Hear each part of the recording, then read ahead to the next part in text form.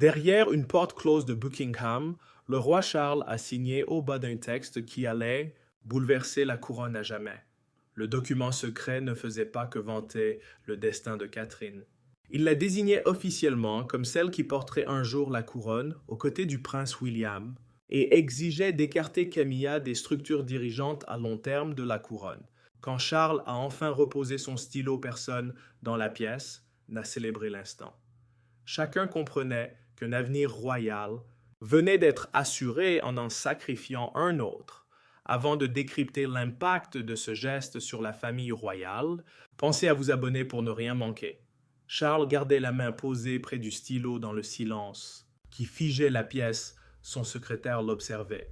Le conseiller constitutionnel attendait. Le roi venait de signer l'acte de continuité de la couronne, un document confidentiel régissant l'autorité et le contrôle de la maison royale, l'influence cérémonielle et l'image publique lors du prochain règne.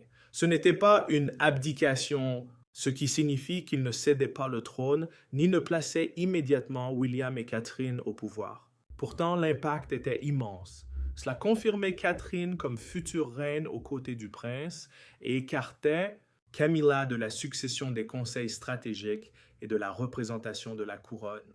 Le roi relut le nom de Camilla et pressa son pouce sur le papier. « N'y a-t-il pas d'autre moyen » demanda-t-il, même s'il connaissait la réponse. Le conseiller expliqua qu'attendre diviserait la couronne entre deux pôles d'influence. William avait besoin de certitude. Catherine devait se préparer. Camilla, elle allait tout perdre. Cette position future qu'elle pensait avoir méritée par sa loyauté. Charles crispa la mâchoire, ce choix protégeant son fils et sa belle-fille, tout en blessant la femme qui l'avait soutenue contre vent et marée. Une annexe secrète rendait le décret encore plus puissant. 7 sections supplémentaires ajoutées au document officiel contenaient des détails stratégiques volontairement passés sous silence dans le texte principal. Celle-ci confiait à Catherine la direction de la stratégie des œuvres caritatives et des réformes cérémonielles. Elle déciderait de la façon dont le prochain règne s'exprimerait, servirait et s'adresserait au public. Une clause barrait la route aux proches de Camilla pour leur interdire toute influence future, démantelant un réseau qui pensait survivre à la transition. Quelques minutes plus tard, un assistant quittait le palais avec 2 enveloppes scellées. L'une allait vers William et Catherine apportant une responsabilité écrasante. L'autre se dirigeait vers Camilla, preuve brutale que son avenir venait d'être brisé par l'homme qu'elle aimait tant. Mais avant même qu'elle ne réalise la portée de ce geste, ce document a forcé le palais à affronter les vieilles rancœurs et les ambitions rivales dissimulées derrière des sourires de façade. Pour Catherine, cette enveloppe scellée incarnait un avenir qu'elle s'était préparée à servir durant des années sans jamais oser le réclamer. Pour Camilla, la réalité était bien plus cruelle. La certitude que l'histoire allait continuer sans elle alors qu'elle vivait encore au palais. 2 sœurs, femmes que tout opposait par l'âge et le destin, se retrouvaient liées au même texte. L'une montait vers le trône tandis que l'autre en était bannie. Catherine ouvrit l'enveloppe aux côtés de William Adelaide Cottage pétrifié dès la première page. Son influence s'était bâtie sur la discipline, la réserve et des années de confiance publique. Elle n'avait jamais vu le trône comme un trophée à conquérir, mais comme un devoir exigeant des sacrifices pour son couple, ses enfants et son intimité. Voilà pourquoi ces mots, la désignant comme la figure féminine centrale de l'avenir, ne lui arrachèrent aucun sourire. Cet acte de continuité régissant le transfert de l'autorité royale lui remettait un pouvoir immense tout en barrant définitivement la route à Camilla. William la regarda lire 2 fois ces lignes avant de poser les feuillets sur la table. Catherine s'éloigna de lui et murmura « Quelqu'un va être profondément blessé ». Le prince la suivit pesant ces mots. Il lui dit que ce texte n'était pas une récompense, mais leur protection, l'institution pour leurs enfants et pour un futur règne qui ne survivrait pas à des loyautés divisées. Elle s'est retournée vers lui visiblement secoué et a répondu que la protection peut sembler cruelle quand elle se construit sur la perte d'un autre. Il comprenait tout le poids de ces mots car son succès s'était bâti sur la souffrance d'une autre femme. Le feu futur roi a alors avoué un secret qu'il lui cachait depuis le début. Charles l'avait consulté en privé des semaines plus tôt lors d'un entretien enregistré et conservé pour les Pension de Oldenburg. Archive de la succession. William n'avait pas écrit ce décret, mais il avait prévenu son père, le prochain règne ne pourrait pas fonctionner sous la coupe de deux figures féminines en constante compétition. Catherine l'a dévisagé, elle réalisait que cette décision mûrissait bien avant que l'enveloppe n'arrive chez eux. Il a insisté, il voulait de la clarté, pas de l'humiliation. Pourtant, la frontière semblait douloureusement mince. Camilla a reçu sa copie à Clarence House et l'a lue seule. Après des décennies de rejet de scandales et d'acceptation lente, elle croyait que sa place aux côtés de Charles était enfin devenue totalement sûre. Ce document menaçait bien plus que son influence. Il attaquait le sens même qu'elle avait donné à chaque année difficile qu'elle avait endurée. Arrivée à la clause d'éviction, elle a reculé sa chaise si brusquement qu'elle a heurté le mur. Son secrétaire particulier est entré immédiatement, mais la reine consort a plié les feuilles et lui a ordonné de sortir sans la moindre explication. Camilla a rouvert le document dès la porte fermée. Près de l'annexe, scellée, elle a trouvé une note manuscrite qui disait nécessaire après Windsor. Son visage s'est décomposé. Elle savait que ces mots visaient un moment privé, que le palais avait délibérément enterré, et elle comprenait que ce décret ne sortait pas de nulle part. Les mots après Windsor renvoyaient à la confrontation secrète qui avait transformé des années de rivalité feutrée en une crise constitutionnelle que Charles ne pouvait plus ignorer. Ce document n'était pas apparu sans prévenir. Sa véritable origine se trouvait au château de Windsor pendant une cérémonie censée incarner l'unité royale. Derrière des portes closes, un désaccord sur le futur rôle de Catherine s'est transformé en quelque chose de bien plus dangereux, un défi direct à l'autorité de William et à la succession de Charles. Une simple phrase prononcée loin des caméras, elle, totalement changé l'atmosphère. Les témoins décriront plus tard ce moment comme l'instant précis où Charles a compris que l'affection ne devait plus jamais l'emporter sur la couronne. La tension montait depuis des mois. Camilla espérait que sa maison, ses conseillers de confiance et ses préférences cérémonielles resteraient influents quand William hériterait enfin du trône.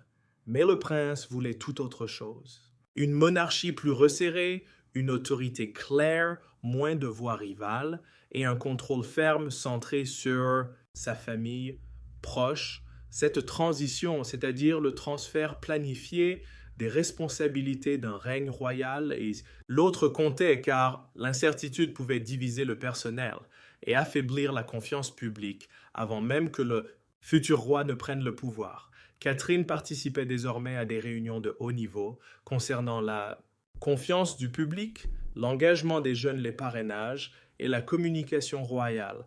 Son rôle grandissant n'était pas une simple décoration.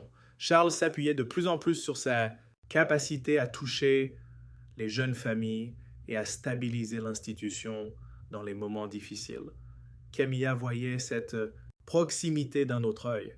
Elle craignait que le palais ne bâtisse en secret une cour parallèle autour des Wells, un pôle d'influence et de conseillers capables de lui faire de l'ombre alors qu'elle se tenait aux côtés du roi.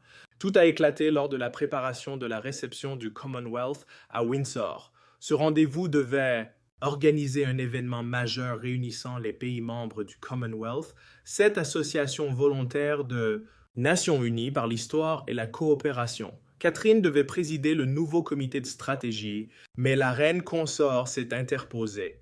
Devant Charles et William, elle a prononcé la phrase qui a tout changé. « Tout pas question d'avoir deux reines pour diriger cette famille tant que je serai là. » Catherine n'a pas cherché à débattre, elle a fermé son dossier, a fixé le roi et a demandé si sa présence était devenue un obstacle. Charles a hésité. Son silence n'a duré qu'un instant, mais il a frappé plus fort que n'importe quelle réponse. Elle est restée digne, mais sa blessure était évidente car son sens du devoir était soudainement traité comme une vulgaire marque d'ambition.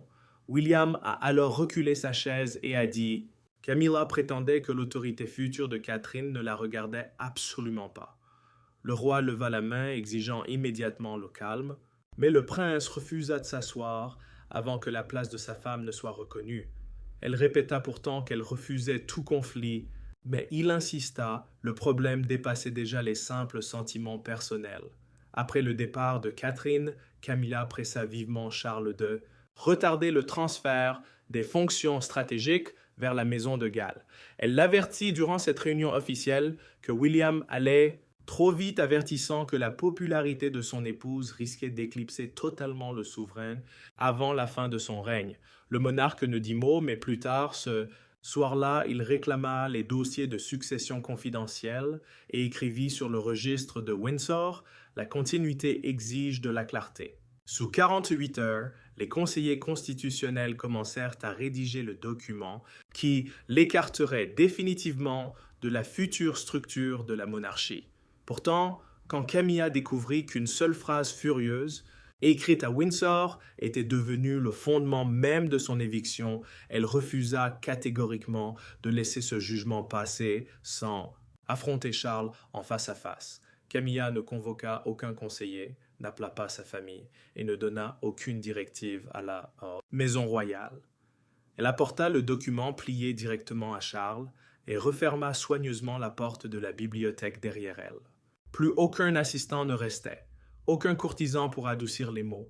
Pour la toute première fois depuis la signature du décret, mari et femme se retrouvaient seuls face à la vérité brute.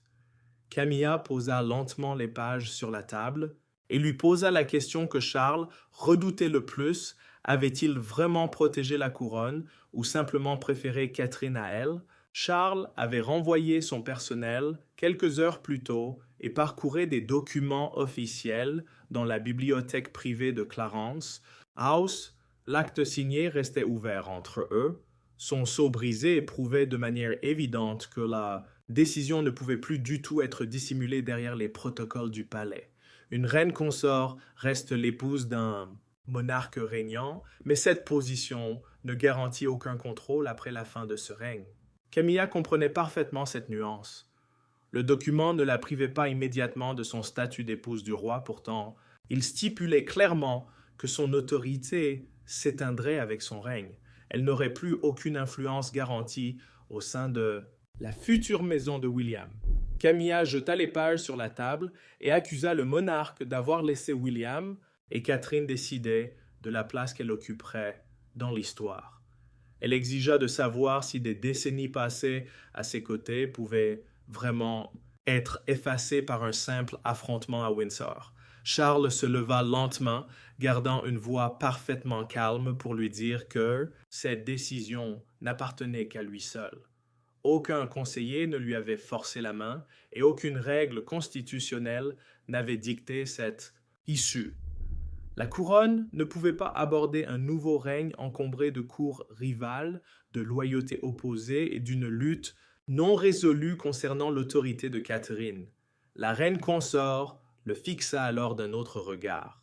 Elle s'attendait à ce qu'il blâme les fonctionnaires des avis juridiques ou la pression du prince. Mais le roi assumait pleinement le poids de ce choix. Cette honnêteté brute fit plus de mal que n'importe quel prétexte, car elle signifiait que son époux avait mesuré le prix à payer avant de signer.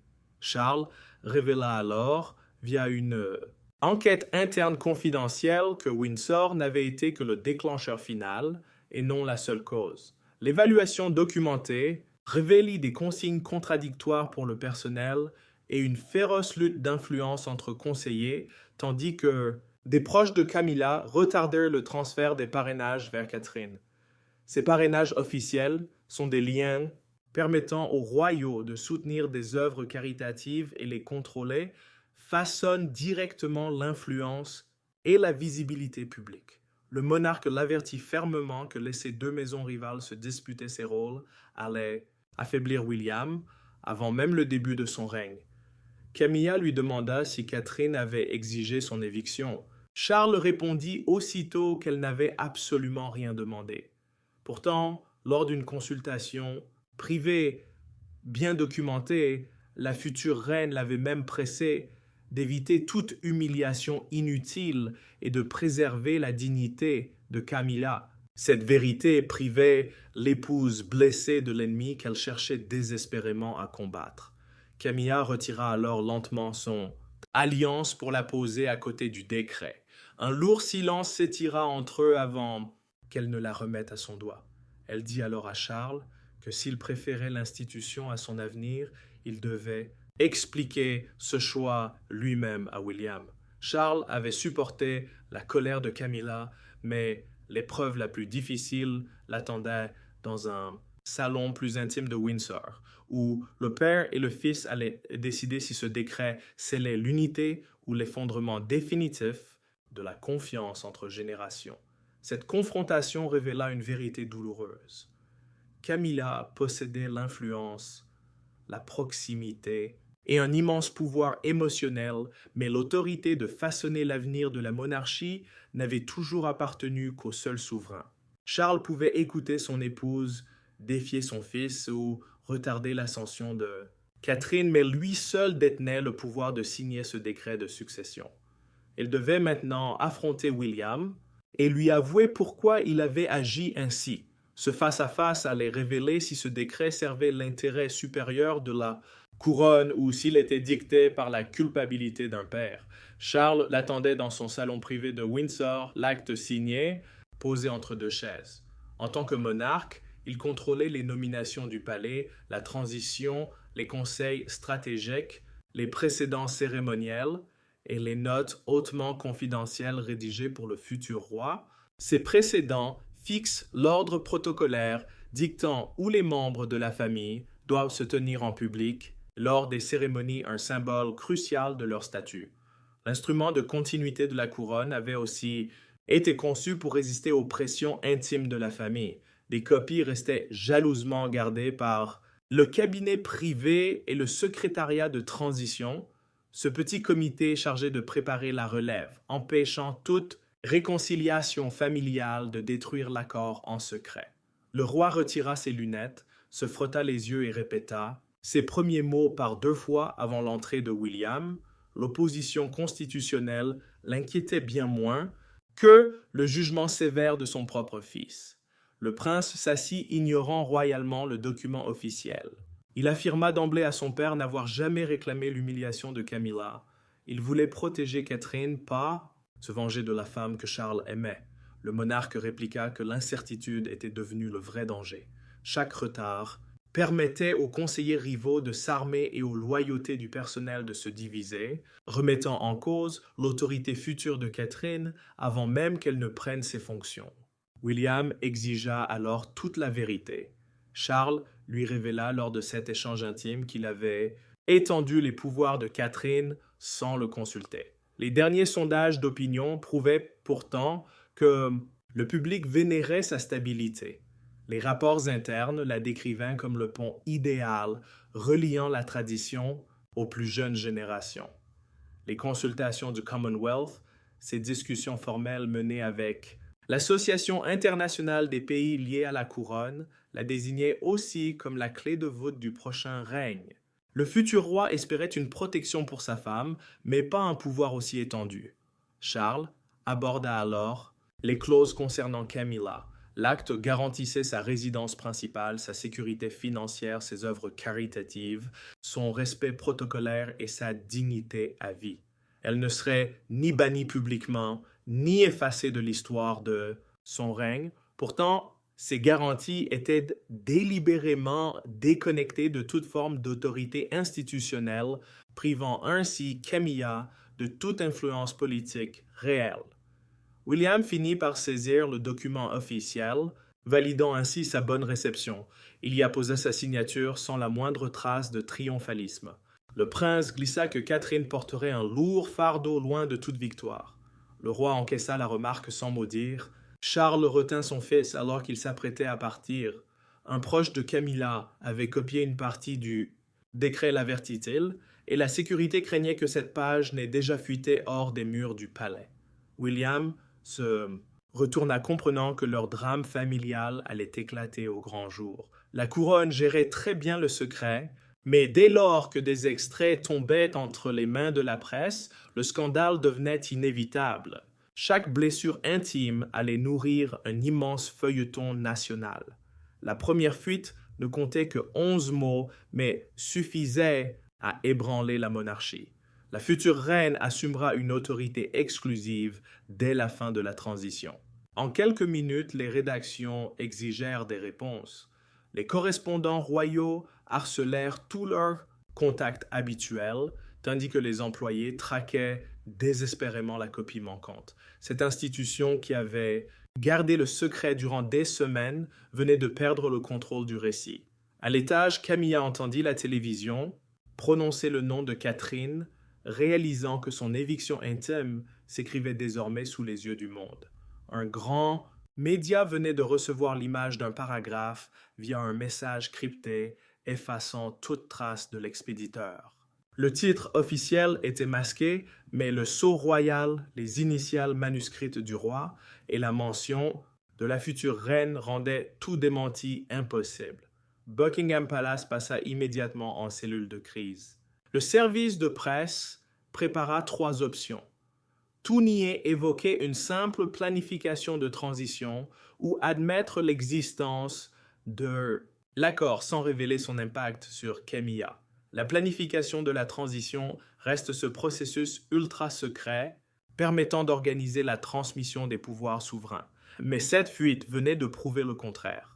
Ce processus était devenu une lutte acharnée pour contrôler cet avenir. Camilla restait assise seule devant les infos de dernière minute. Le direct continuait. Quand le présentateur a qualifié Catherine de future dirigeante incontestée de la monarchie, la reine consort a tendu la main vers la télécommande avant de s'arrêter. Impossible de couper le son, elle avait besoin d'entendre à quelle vitesse. Le pays l'acceptait. Chaque phrase transformait sa propre angoisse intime en une réalité publique et indiscutable. Cette autorité si durement acquise s'effondrait sous les yeux de millions de téléspectateurs et son silence ne la protégeait pas. Catherine a appris la nouvelle alors qu'elle aidait le prince Louis avec ses devoirs. Son téléphone vibrait sans cesse, alors elle est sortie discrètement dans le couloir pour appeler William. Le garçon a regardé vers la porte avant de se remettre au travail, sentant que quelque chose avait changé. Elle a dit au prince qu'elle refusait que sa propre ascension soit présentée comme une victoire écrasante sur une autre femme. William était d'accord, mais il l'a prévenu une fois, l'histoire publique, le palais ne contrôlerait plus la sympathie et les reproches des gens. Les agents de sécurité ont retracé l'origine de la page photographiée jusqu'à une photocopieuse utilisée par un proche conseiller de Camilla. Lors d'un entretien interne enregistré, cet assistant a juré que la copie visait uniquement à obtenir un avis juridique. Pourtant, le timing révélait une réalité bien plus sombre. Quelqu'un voulait peut-être effrayer Charles pour le faire reculer avant que le décret ne devienne public et définitif. Charles refusa de plier. Quand les officiels lui présentèrent un projet de démenti, le roi l'a écarté d'un geste et a rejeté l'idée d'annuler le décret. Selon lui, reculer aurait donné l'impression que la couronne était négociable, poussant chaque clan blessé à contester l'autorité future de William. Sa réponse a balayé tout espoir de voir la décision annulée. Catherine a alors formulé une demande totalement inattendue. Elle voulait voir Camilla seule, sans Charles, sans William, sans secrétaire, ni avocat. Les conseillers ont tenté de les dissuader, mais la consort blessée a accepté.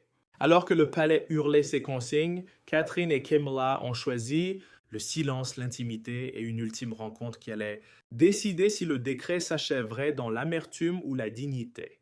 Aucun secrétaire n'a pris de notes. Aucun époux n'était présent. Aucun jargon constitutionnel ne pouvait masquer la réalité. Catherine est entrée dans le petit salon de jardin de Clarence House et a trouvé Camilla assise devant un plateau de thé intact. Pendant de longues secondes, un silence de plomb s'est installé. L'une incarnait l'avenir de la couronne, l'autre venait d'apprendre que sa place dans cet avenir allait s'effacer. Pourtant, le tournant n'est pas venu des reproches, mais des premiers mots de Catherine. Première phrase, « Je ne suis pas venu pour vous prendre quoi que ce soit. » Catherine avait choisi ce salon modeste exprès. Une pièce officielle les aurait enfermés dans les questions de rang de succession et de rappels constants sur qui montait et qui était écarté. La succession désigne l'ordre établi selon lequel la couronne et ses devoirs se transmettent au souverain suivant. Mais cette réunion dépassait les simples règles. Toutes deux savaient qu'annuler le décret affaiblirait inévitablement Charles et rendrait la future autorité de William négociable. Elles ne voulaient faire négocier leur pouvoir, mais savoir si elles pouvaient survivre à ses conséquences sans s'entre-déchirer. Camilla a fini par lui demander si elle se sentait soulagée, s'attendant à une réponse prudente, voire à un démenti. Mais la future reine a répondu avec une franchise désarmante. Le document transformait un devoir lointain en un destin inéluctable. Il faisait peser le poids du prochain règne directement sur ses épaules, tout en liant cette ascension au déclin public de Camilla. Elle avait peur, elle ne triomphait pas. La reine consort l'a observé attentivement, comprenant que son interlocutrice ne voyait pas ce décret comme une victoire personnelle. Camilla a alors avoué au fil de leur conversation privée et intime que sa colère ne venait pas seulement du pouvoir. Elle était convaincue que garder son influence après le règne de Charles prouverait son acceptation définitive. Des années de polémique l'avaient poursuivi. Conserver cette influence future semblait être sa revanche face à ceux qui ne lui avaient jamais pardonné. Perdre cette place ravivait sa peur de voir l'histoire réduire à nouveau sa vie à un simple scandale. Catherine a alors révélé qu'elle avait demandé en privé à Charles de préserver les œuvres de Camilla, sa dignité personnelle et sa place à ses côtés. Elle avait aussi exigé que le palais bannisse les mots punition des fêtes ou expulsion de tout communiqué officiel. La future reine voulait des limites fermes, mais elle refusait de les bâtir sur l'humiliation. Camilla baissa les yeux, avant de reconnaître la vérité sur Windsor. Elle admit que défier Catherine devant William et le personnel avait franchi une ligne rouge. Elle ne s'excusa pas de craindre l'oubli, mais s'excusa d'avoir forcé une autre femme à porter cette angoisse comme si c'était sa faute. Catherine accepta ces mots sans prétendre que le mal avait disparu. Avant son départ, Camilla lui remit une déclaration manuscrite pliée acceptant la transition à venir. Elle lui demanda de la remettre directement entre les mains de Charles avant que le palais ne parle au pays. Ce rendez-vous ne rendit pas son pouvoir à Camilla, mais offrit à Charles quelque chose que le décret seul ne pouvait créer, un chemin pour annoncer l'avenir sans détruire ceux restés en arrière. Dès l'aube, le document secret n'appartenait plus au palais. Il s'invitait aux tables des petits déjeuners, aux studios de télévision sur les trottoirs bondés chez des millions de gens tentant de comprendre le roi avait fait. Certains voyaient l'élévation de Catherine comme le début d'une monarchie forte, d'autres considéraient l'exclusion de Camilla comme un jugement final impitoyable. Pourtant, une image devant Buckingham Palace résumait l'humeur du pays bien mieux que n'importe quel débat. Deux femmes portant deux portraits de reines distinctes, debout côte à côte en silence. Buckingham. Palace publia enfin la déclaration que le pays réclamait. Charles avait approuvé un cadre de continuité à long terme, définissant les responsabilités des prochains souverains.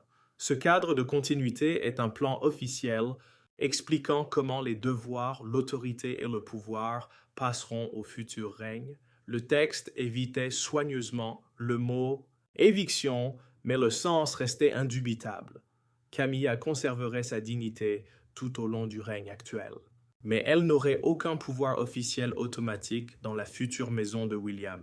Une décision capitale, car un pouvoir divisé risquait d'affaiblir le prince avant son couronnement et de forcer Catherine à entamer son règne sous une menace permanente. Les médias décrivirent cette décision royale comme la plus claire depuis l'avènement de Charles.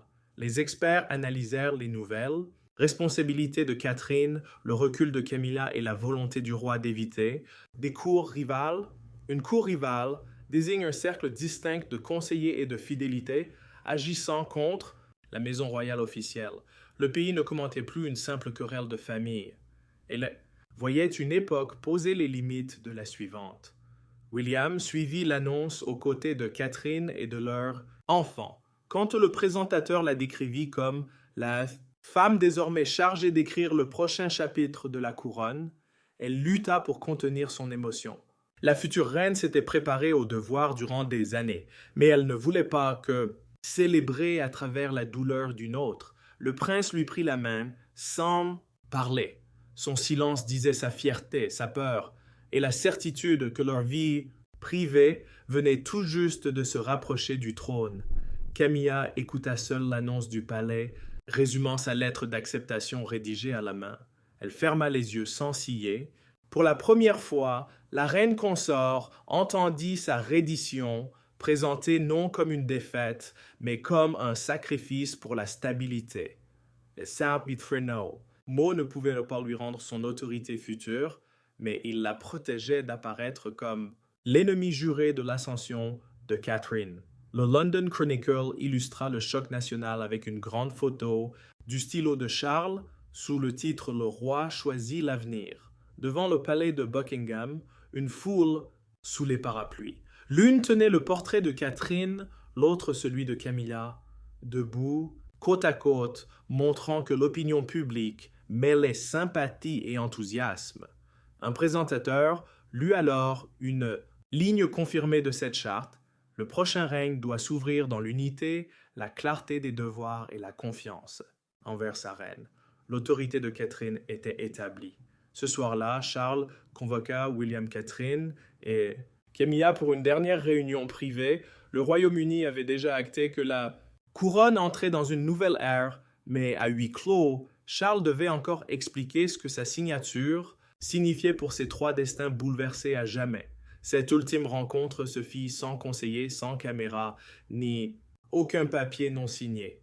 Charles s'assit face à William Catherine, et Camilla, conscient que l'avenir de la couronne venait d'être scellé à un prix personnel colossal, impossible de revenir, Camilla perdait son autorité sans relancer le conflit ouvert. Impossible d'effacer le rôle de Catherine sans affaiblir le règne suivant. Sa seule option était de parler franchement. Ce document n'avait jamais consisté à choisir quelle femme importait le plus. Il fallait décider où s'arrêtait un règne et où commençait le suivant. Charles leur dit que l'acte de continuité resterait définitivement en vigueur. Ce document était l'acte officiel définissant comment l'autorité et les responsabilités royales seraient transmises au règne suivant. Catherine deviendrait reine auprès de William, avec un contrôle total sur la mission publique du futur foyer, sa trajectoire stratégique et tout son plan de modernisation en profondeur. Le souverain expliqua que cette clarté était cruciale, car le futur monarque ne pouvait commencer son règne avec des conseillers rivaux se disputant l'influence ou contestant l'autorité de son épouse. Camilla écoutait tandis que le monarque confirmait ce qu'elle allait conserver: sa dignité, sa sécurité, sa résidence, ses associations caritatives et sa reconnaissance. Pour ses services durant son règne, resterait protégée. Pourtant, elle ne dirigerait plus les nominations, la politique, les patronages, ni les décisions du palais quand William deviendrait roi. Le transfert de patronage est la transmission officielle d'un lien royal avec une association d'un membre de la famille à un autre. Ces rôles forgeaient l'influence publique et les laisser diviser auraient maintenu le vieux conflit éveillé. Charles se tourna vers sa femme et admit, dans la confession privée enregistrée pour les archives de la couronne, que la signature de cet acte lui avait causé une douleur profonde. Il lui dit que l'amour ne pouvait exiger que la monarchie reste structurellement incertaine. Camilla répondit qu'elle comprenait même si cela ne rendait pas la perte moins douloureuse. Sa voix resta calme car elle acceptait enfin que ce décret ne reniait pas leur mariage. Il traçait simplement une limite à son autorité. Catherine promit alors que son futur règne de reine ne se bâtirait pas sur l'humiliation de Camilla. Elle saluerait le travail accompli par la reine consort sous le règne de Charles, tout en respectant les limites fixées par le document. Camilla la regarda et accepta cette promesse, sachant que le souvenir n'équivalait pas au contrôle, mais qu'il n'était pas l'oubli non plus. William prit l'acte signé de son dossier et lut le paragraphe final en silence. Le prince le rendit à son père. Au lieu de le garder, Charles referma le dossier scellé à l'enveloppe et le mit dans le coffret de transition Seuil, coffret sécurisé renfermant les instructions pour le règne suivant. Ce simple geste mit fin au conflit. Camilla resterait ancrée dans l'histoire de la monarchie, mais Catherine en façonnerait l'avenir. L'une acceptait le fardeau du futur, pendant que l'autre acceptait que son propre chapitre royal ait désormais atteint sa frontière ultime. Charles avait choisi la clarté plutôt que les sentiments, la succession face à la rivalité, la continuité face aux fidélités contraires. La réunion finie, Catherine s'avança, portant le poids énorme du prochain règne. Camilla fit un pas en arrière, sa dignité préservée, intacte, tandis que Charles restait seul près du document scellé, sachant que la couronne survivrait parce qu'il avait enfin osé dessiner un avenir sans compromis. Merci d'avoir regardé cette vidéo. N'oubliez pas d'aimer et de vous abonner. On se retrouve dans la prochaine vidéo.